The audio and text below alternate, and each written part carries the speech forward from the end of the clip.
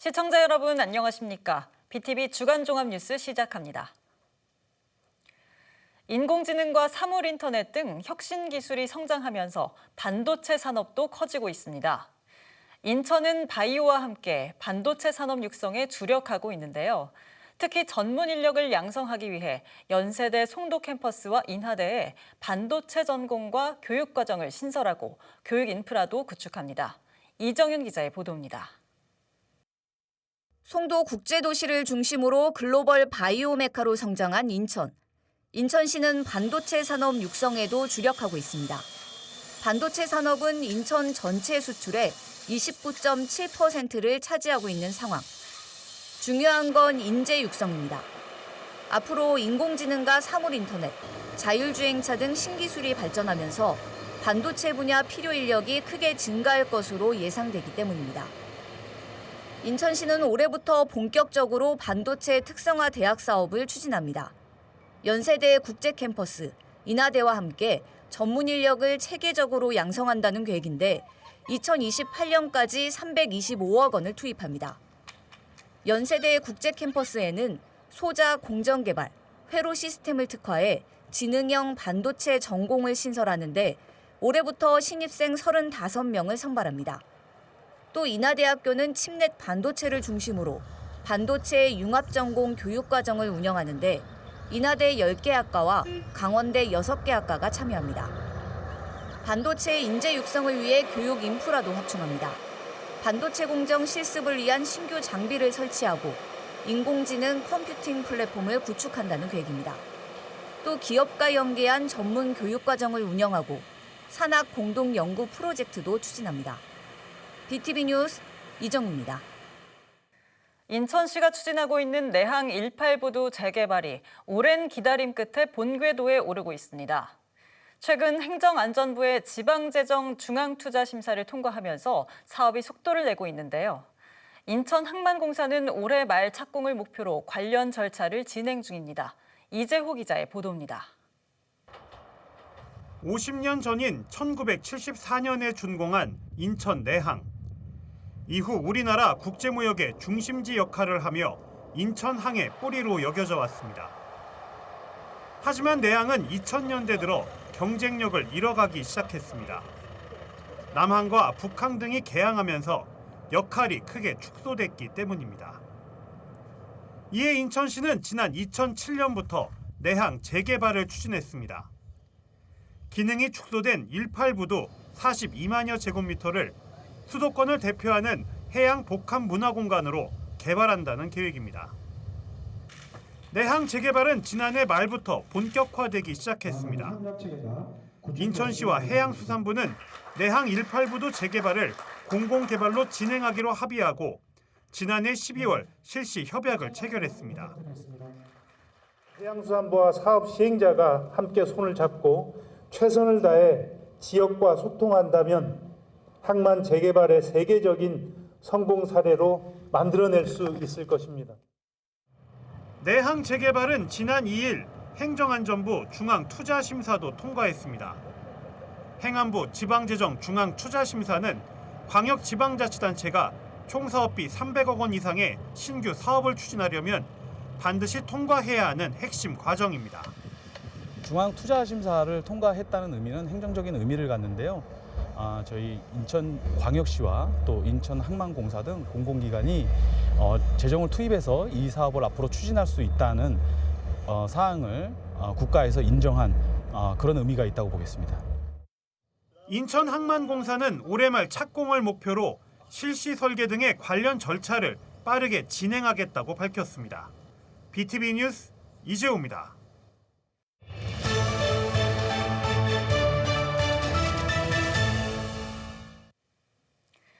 세계적인 멸종위기종인 저어새와 알라꼬리 마도요가 서식하는 영종도 갯벌.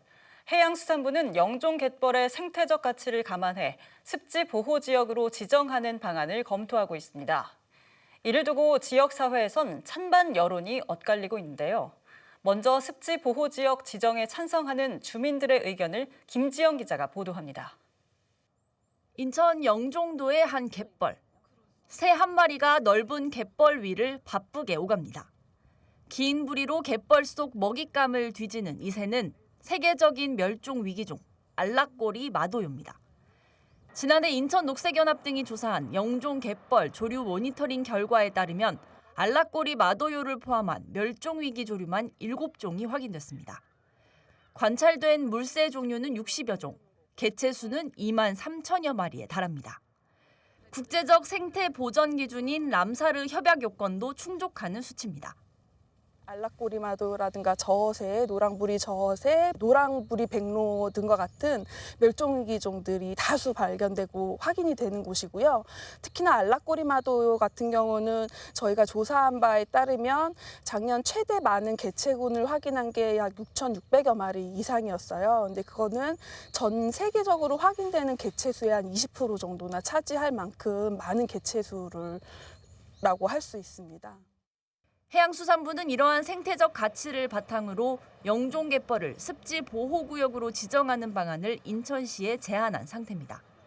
대상 지역은 제2준설토 투기장 인근 공유수면과 영종 동측갯벌 일부 지역을 포함하는데 총 면적은 약 20제곱킬로미터, 축구장 2,800여 개에 달하는 규모입니다. 지역 주민단체도 습지보호구역 지정의 필요성에 공감하고 있습니다. 이미 갯벌 상당 부분이 개발로 사라진 만큼 남은 생태 공간만큼은 반드시 보존해야 한다는 입장입니다. 주민들은 특히 영종도가 과거의 개발 중심 성장에서 벗어나 자연과 공존할 수 있는 지속 가능한 미래를 준비해야 한다고 보고 있습니다. 근데 영종도 자체는 한 2천만 평을 인위적으로 공항을 건설한다, 또 준설 투기장을 만든다 해서 한 2천만 평을 매립을 했습니다. 결과론적으로는 훼손을 한 거죠, 자연을. 훼손을 했으나 최소한 요 정도 규모는 습지 보호구역으로 지정을 해줘야 되지 않겠나 하는 것이 저희 생각이고요. 순천만처럼 제2의 그 국가 정원을 만드는 것이 어떻겠나 싶은 게 그런 생각을 갖고 있고. 환경단체는 더 나아가 제2준설토 투기장을 물새 서식지로 지정하자는 주장까지 이어가는 상황. 철새들의 소중한 쉼터, 이 갯벌을 지켜야 한다는 현장의 목소리는 점점 더 커지고 있습니다. 하지만 개발의 필요성을 주장하는 반대 목소리도 만만치 않습니다. 계속해서 이재호 기자가 보도합니다. 보전 가치가 높다는 평가를 받고 있는 영종 갯벌. 해양수산부가 습지 보호지역으로 지정하면 건물 신축은 물론 증축도 할 수 없게 됩니다. 때문에 영종 지역 어민들 사이에선 반대 목소리가 커지고 있습니다. 영종 갯벌의 습지 보호지역 지정으로 어업 활동이 크게 제한되지 않을까 우려하고 있는 겁니다. 지금 그 난개발 때문에 저희가 그 폐류 생산량이나 굉장히 감소를 하고 있는데 이거를 가공해서 좀 어민들이 소득을 좀 올리고자 이렇게 진행을 하고 있는데 등재를 한다고 하면 과연 이게 저희가 하고자 하는 일에 좀 막히지 않을까 우려가 되고 있습니다. 해양수산부의 일방적인 추진도 도마 위에 오르고 있습니다. 어민들은 습지 보호지역 지정에 대해 해수부로부터 아무런 설명을 듣지 못했다며 당사자인 어민이 빠져있는 현 상황에 불쾌한 감정을 드러냈습니다. 당초 해수부는 지난 4일에 주민 설명회를 개최할 예정이었지만 윤석열 전 대통령의 탄핵 선고일과 겹쳐 일정을 연기했습니다. 어촌계장들 협의한다 그래놓고 두 차례나 그 약속을 몇 시간 앞두고 다음이다 해놓고 연기를 했어요. 그러니까 우리는 지금 아무 내용도 들은 적도 없고 위에서만 지금 현재 추진 중인 거로 다 알고 있는 거니까 우리 어민들한테는 지금 너무 황당한 거예요. 인천경제자유구역청도 반대 입장을 내놨습니다. 영종갯벌은 정부가 지난 2003년에 경제자유구역으로 지정했는데 이제 와서 습지 보호지역으로 묶으려는 걸 이해할 수 없다고 지적했습니다.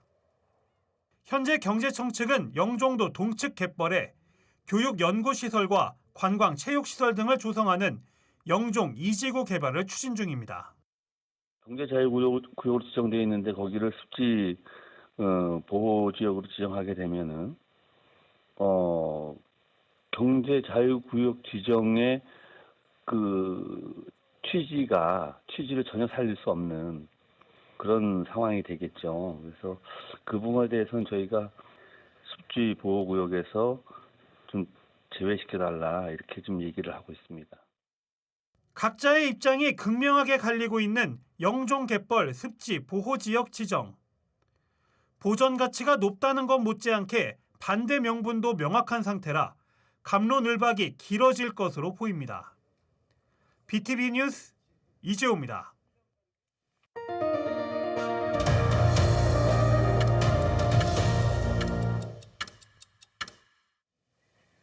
지난 2월 서구의 한 다세대 주택에서 발생한 화재로 초등학생이 숨지는 안타까운 사고가 발생했습니다. 해당 가구는 5차례나 복지 사각지대 통보 대상에 포함됐지만 적절한 지원이 이뤄지지 않았습니다. 더욱 촘촘한 지원 체계가 필요하다는 지적이 나오고 있습니다. 구혜희 기자입니다. 지난 2월 서구 심곡동에서 발생한 화재. 이 화재로 집에 혼자 있던 12살 초등학생이 숨졌습니다. 경찰은 친모를 아동 방임 혐의로 검찰에 넘겼는데 이 처벌을 두고 논란이 일고 있습니다. 서구 의회에서도 이 문제가 거론됐습니다. 친모는 가족 생계를 위해 일을 할 수밖에 없었기 때문. 특히 해당 가정은 5차례나 복지 사각지대 통보 대상에 포함됐지만 적절한 지원이 이뤄지지 않았습니다. 가정은 복지 사각지대로 5차례나 발견되었던 위기 가정이었습니다. 경제적 어려움 속에서 어머니는 가족의 생계를 위해 최선을 다해 일할 수밖에 없었습니다. 만약 우리 사회가 이런 위기 가정에 대해 적절한 복지 서비스를 제공했다면 이 비극은 예방될 수 있었을 것입니다. 보건복지부는 지난 2022년 9월부터 사회보장 정보 시스템인 행복이음을 운영 중입니다. 지자체는 이 시스템을 적용해 복지 사각지대에 놓인 위기 가정을 발굴하고 있습니다. 보건복지부의 지침을 보면 위기가구가 지원을 거부할 경우 희망복지지원단 고난도 사례로 관리이관을 검토할 것, 복지 서비스 안내문 발송이나 단순 상담으로 처리하지 말 것, 특히 2회 이상 반복 발굴 가구에는 방문 조사를 통해 대상자의 위기 사항을 철저히 조사하라고 명시돼 있습니다. 하지만 서구청은 이 지침을 지키지 않았습니다. 서구는 전화 상담과 우편물 발송은 했지만 방문 조사는 하지 못했다고 해명했습니다. 또 서구 희망복지지원단에도 고난도 사례로 관리이관을 검토하지 않았다고 설명했습니다. 서구청은 화재 사망 사고가 발생한 다음 달 해당 가구를 뒤늦게 고난도 사례 관리로 지정하고 지원을 시작했습니다. 적절한 돌봄 서비스를 지원했다면 비극은 막을 수 있었다는 비판이 나오는 이유입니다. BTV 뉴스 구혜입니다. 인천시는 지난 1월부터 시내버스 요금으로 여객선을 탈 수 있는 아이 바다 패스 제도를 운영하고 있습니다.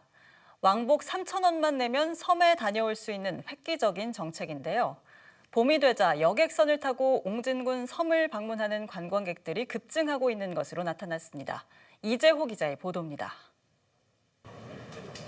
인천시의 교통 지원 정책인 아이 바다 패스. 인천 시민은 지난 1월부터 버스 요금 수준인 1,500원만 내고 여객선을 탈 수 있게 됐습니다. 인천시는 인천 시민이 아니라도 여객선 탑승료를 지원하고 있습니다. 지난해까진 요금의 50%를 할인해줬는데 아이 바다 패스 시행으로 할인 폭이 70%로 높아졌습니다. 여객선 요금 인하는 섬 방문객 증가로 이어지고 있습니다.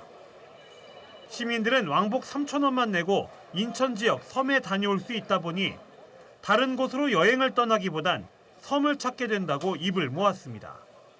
작년까지만 해도 우리도 인천 시민이지만 여기 인천에 그래도 유명한 그룹도 정도 들어가도 우리도 한 5만 원 이상 그 요금을 지불했는데 지금은 시내 버스 요금 3,000원, 왕복 3,000원에 이렇게 마음에 부담감 없이 다닐 수 있으니까 많이 부담도 되고 한번 헛떡 오기가 엄청 부담이 많이 됐었죠. 시간적인 여유만 된다면 이 부담 없는 가격으로 얼마든지 즐길 수가 있겠죠. 실제로 인천항 연안 여객 실적은 크게 증가하고 있는 것으로 나타났습니다.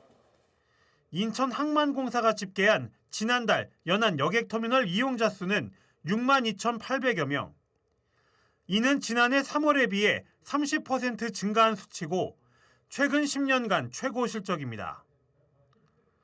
섬을 찾는 발길이 이어지자 섬 지역의 표정도 밝아지고 있습니다.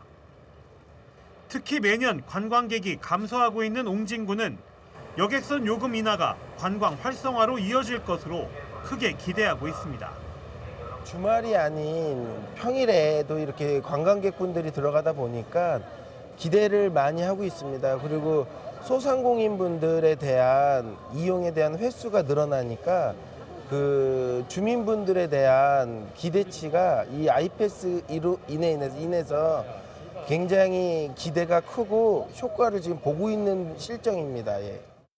한편 인천 지역 섬 관광에 대한 정보는 인천 섬 포털에 접속하면 자세히 알아볼 수 있습니다.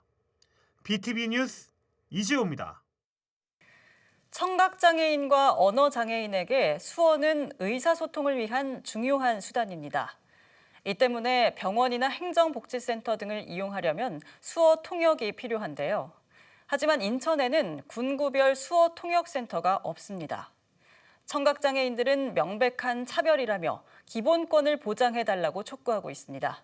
이정윤 기자의 보도입니다. 32살 청각장애인 김여수 씨. 진료를 받기 위해 병원에 가거나 행정복지센터를 방문할 때 가장 필요한 건 수어 통역입니다. 이럴 때 도움을 받는 곳이 바로 수어 통역센터인데 인천에서 운영 중인 센터는 단 한 곳뿐입니다. 더 이상 참을 수 없다며 거리로 나온 청각장애인들.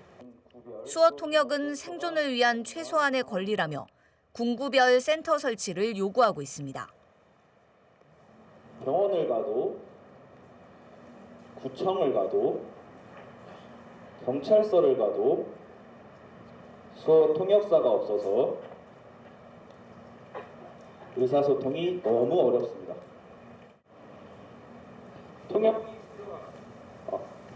통역이 필요하면 본부에 연락하라고 하지 거리가 멀고